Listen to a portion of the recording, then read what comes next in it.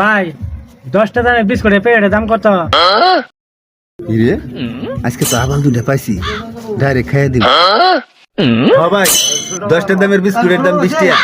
তাহলে ভাই একটা বিস্কুট দেন।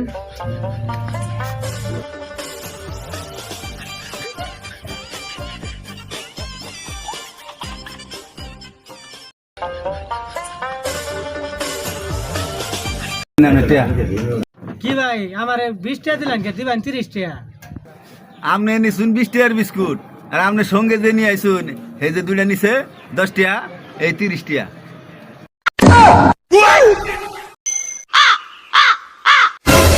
কি ভাগ করে চুরি কর? দেখছিনি আমি চুরি করছি।